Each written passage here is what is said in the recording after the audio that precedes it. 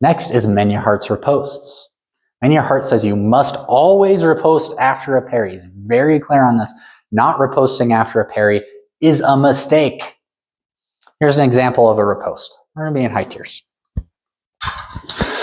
Clancy's going to go ahead and cut cart all around my saber on this side. I parry, and as he recovers, I riposte, cut cheek. Right? Not riposting there is a mistake. I'm on the inside of his blade.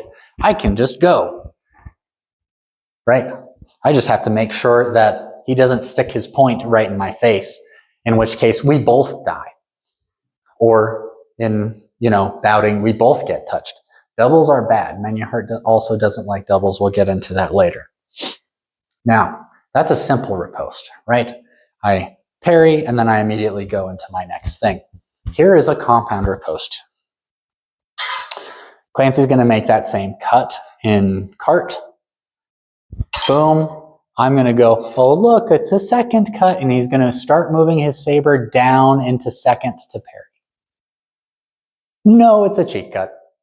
That's a compound riposte, as an example. You could also, he's going to go ahead and cut, and I'm going to parry correctly, of course, and as he disengages, I cut over and I cut his arm. That's another type of compound riposte. A compound riposte is anything more than just a direct riposte. Real simple riposte. Also, after every parry, make sure you do. Thanks.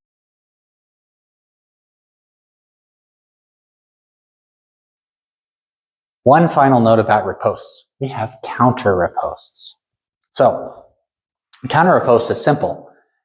After I attack here, so we're in high tierce, I'm going to cut preem. Clancy parries, and then he cuts preem. Counter parry, and then he recovers, and I cut preem. Counter riposte. That's a counter riposte. And you can have counter ripostes and parries, as long as the chain keeps going.